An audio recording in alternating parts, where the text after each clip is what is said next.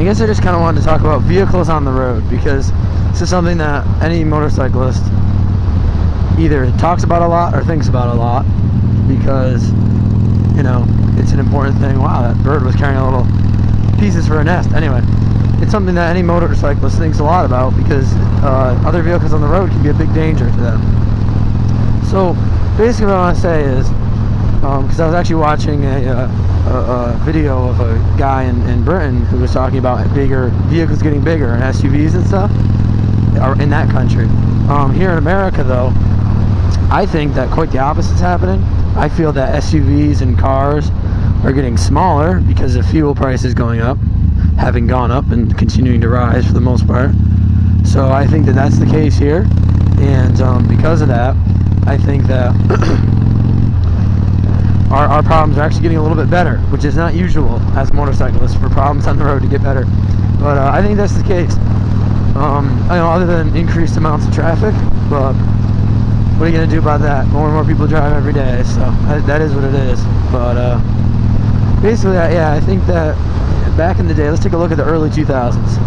What were some of the most popular SUVs? Chevrolet Suburban. You know, the Ford Excursion existed. I wouldn't say that it was that popular, but it existed. You know, big SUVs.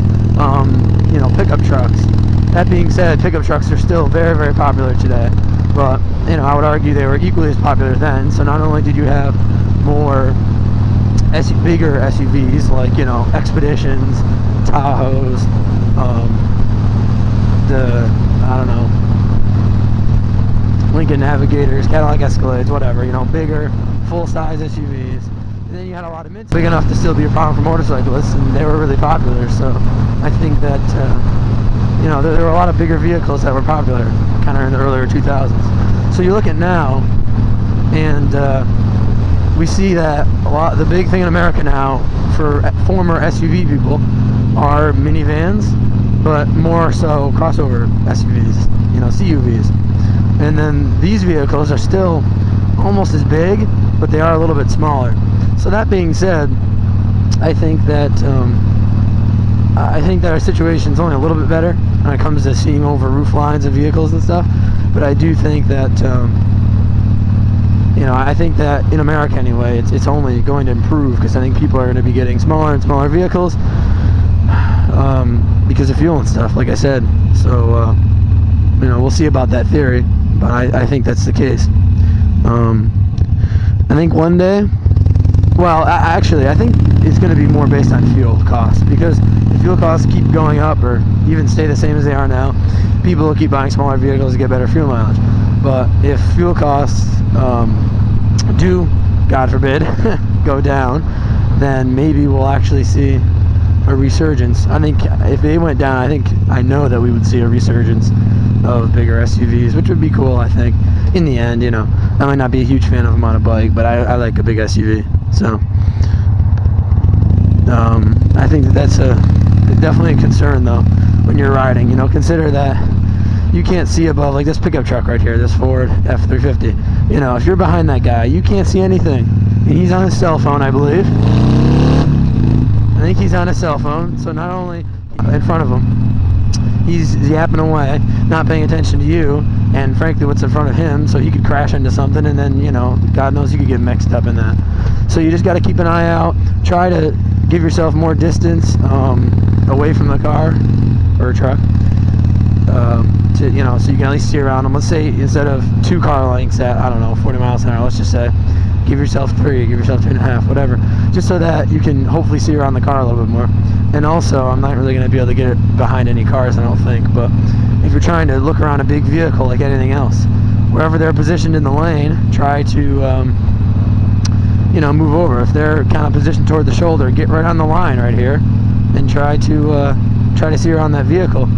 You know, tilt your head out a little bit, do whatever you can to try to make your life a little easier. The other thing is, though, don't, especially on a big vehicle, don't ride right in the middle of the road, you know, right in the center lane in position 2, because if there's some roadkill or anything in the middle of the road, they'll just drive over it. You know, they'll drive their undercarriage will go right over it, and they won't think anything of it, but you'll have no reaction time to see it in your way, and you'll be, you know, trying to dive out of the way, and that's not generally a good thing to try to do if you don't have to. So if you're at least in one of their tire tracks, then that way if they swerve, you realize, okay, I need to swerve too. There's probably a good reason why they're swerving, unless they're just swerving for bumps like these.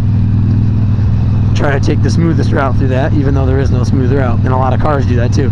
So you got to know the road too if you have that advantage. If you're on strange roads too, then you just got to make it work. But stay back, stay in the tire tracks of cars, and which is good to do anyway, especially on a road where it hasn't rained in a while, because even dry oil buildup can still be nasty. It can still be pretty nasty for a bike.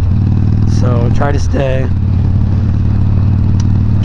not in the middle of the road. I think, especially if you can see by intersections, and especially if you can see oil built up in the middle of the road.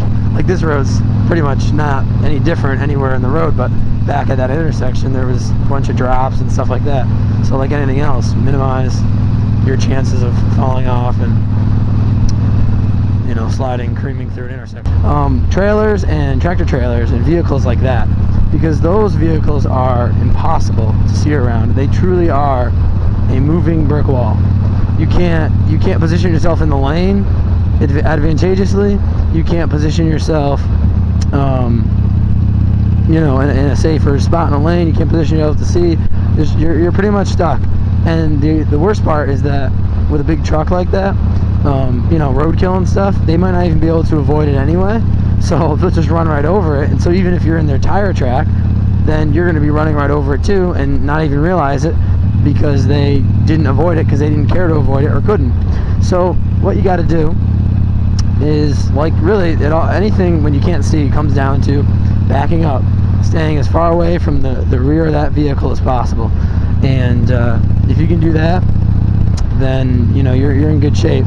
Like anything else, rush hour on a full speed highway, that can be tough, but you have to try to get behind a different vehicle, honestly, if you can. Don't even try to mess with that tractor trailer guy. Just get behind a different vehicle and deal with that person who has a smaller roof line, stuff like that. Because if you don't do that, you're just putting yourself in unnecessary amounts of harm's way. And who wants to do that? I don't want to be in harm's way, so it's an important thing not to be in harm's way. So that's my advice there.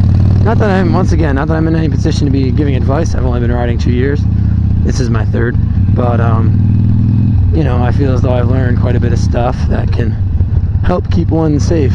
So it's anything I can possibly share that somebody might not already know is fantastic, and I want to share it because I don't want to see somebody else get hurt when they could have maybe learned from me. I don't know, who knows. So hopefully anything I ever say can help someone. I definitely can't hurt to listen to other people's opinions on stuff. Try to give yourself good distance. Try to give yourself enough time to deal with those potential hazards, and make sure that you're situated in such a way that you can make any passing or make any judgment calls that you need to behind that vehicle. The biggest thing about driving behind a big vehicle is that they also can't see you, and that's something that a lot of times I'll forget to mention, just if I'm talking to someone, or I'll forget to even think about. But if you're right behind them, they can't see anything. They don't even know you're there, so they're not going to be looking out for you. As far as they know, you don't exist. So if you don't exist, then the last thing that you need, if you don't exist, the last thing to them is that they're worried about is you. So you have to make sure you're visible, but to do that, maybe you throw your high beam on. If it's daytime, get to the left, get to the right.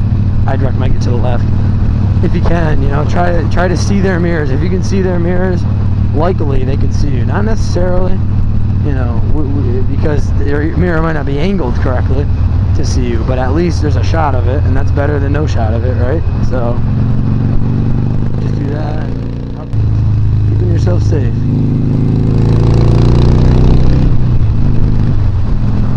Because if you're not safe riding, then there's no point in riding at all, as far as I'm concerned.